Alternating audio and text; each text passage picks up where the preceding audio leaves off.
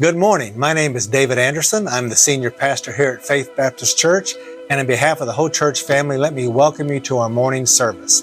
We are so glad you chose to be with us. If you're a guest, we'd like to have you fill out the guest card in the back of the seat in front of you so we can get to know you a little better and reach out to you to see if you have any more questions about our church or how we can be of service to you. Or you can go directly to our website and hit the Guest Connect button, and you can register as a guest there. Until then, please enjoy the service and may God bless you.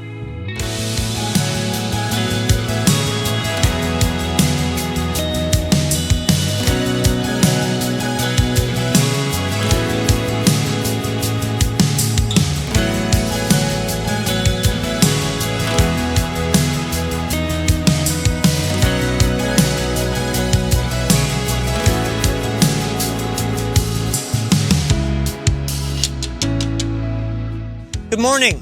Welcome to Faith Baptist Church. Today in our main service, Pastor Dave is continuing his series on the Beatitudes. And then immediately after the service at 11:15 in our pastor's class, we'll be jumping back into church history. On Wednesday night at 6 p.m., our service begins with Awana over in the gym. And then at 6:30, come on over to the main service for our adult Bible study where Pastor Dave is going through his current series on perplexing truths in the Old Testament. Men, if you're interested in a Bible study, we have two of them, and both of them meet on Thursdays. The first one at 6 a.m. in my office, the second one at noon in the classroom behind the foyer. We're currently going through the book of Daniel. I really hope you can join us. On Saturday morning at 9:30 a.m., we have a prayer group that meets in the foyer. If you're looking for an opportunity to pray, show up. We'd love to have you join us. There's lots of ways to get involved here at FBC. For more information, go to our website or check us out on Facebook.